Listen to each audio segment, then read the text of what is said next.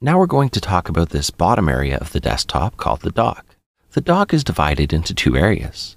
The area on the left is reserved for launching applications, and the area on the right is for downloads, documents, and the trash.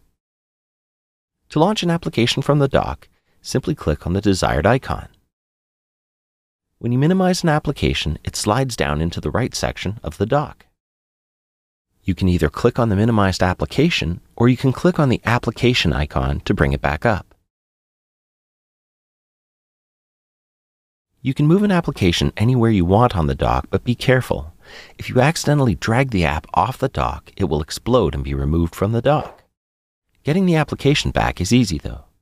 Just click on the Launchpad icon, grab the desired app, and drop it back on the dock. To escape the Launchpad view, press the Escape key on your keyboard. There's a lot of ways to customize the dock under System Preferences. Under the Personal heading, click on Dock. From here we have a lot of options. I can change the size of the dock using this slider here. The magnification feature is pretty trippy. When I turn it on, icons in the dock will grow in size as I hover over them. Lower magnification settings are not always visible though. A more obvious use for magnification would be if I make the size of the dock really small and turn up the magnification.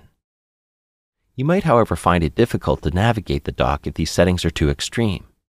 For now, let's set it somewhere back in the middle. That should do nicely.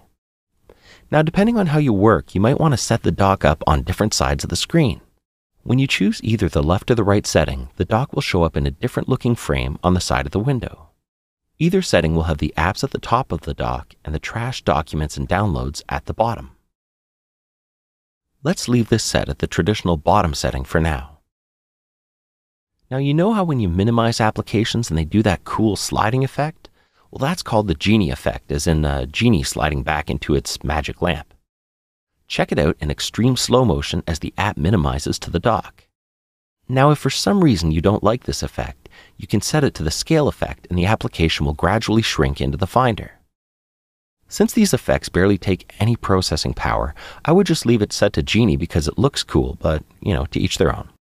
Now you see how this minimized application is taking up space on the dock? Well, by clicking this next setting, the application will minimize into its own icon on the dock, saving space for other applications. Some applications like text don't always animate when you open them, but most applications will at least do this little bouncing animation like iPhoto is about to do right now. Again, if for some reason you don't like seeing happy bouncing icons, you can have them stay put by unchecking Animate Open Applications, and it will open the same, but with no eye candy. I'm going to leave this feature on. Automatically hide and show the dock does just that. If you go to the bottom of the screen, the dock pops up. If you move away, it disappears.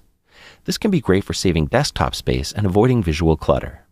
Now I can't imagine why you would want to do this, but if you uncheck this feature here, you can turn off the little lights that let you know when an application is in use.